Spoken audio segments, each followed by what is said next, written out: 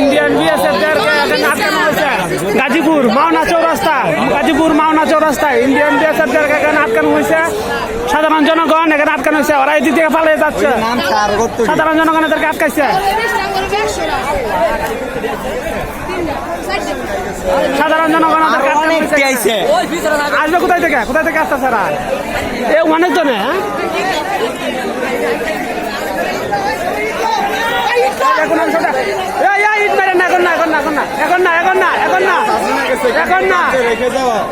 কুত্তা বাহিনী এখনো রয়ে গেছে বাংলাদেশে বিজেপি বাংলাদেশে এখনো রয়ে গেছে, পালাইছে। ওরা পালাইতে পারে নাই, ওরা এখনো পালাইতে পারে নাই। ইন্ডিয়ান বিএসএফ বাংলাদেশ থেকে এখনো পালাইতে পারে নাই, যাদের কারণে আমাদের বাংলাদেশটা নষ্ট হয়ে গেছে।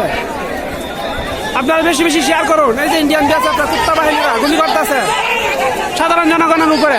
চতুর্দিকে জনগণ ঘেরা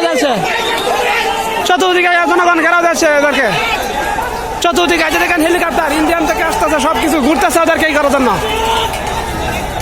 আপনারা সকলে এই সহযোগিতা করুন, যে যেখানে আছেন সেখান থেকে ইন্ডিয়ান বিএসএফকে আটক করুন।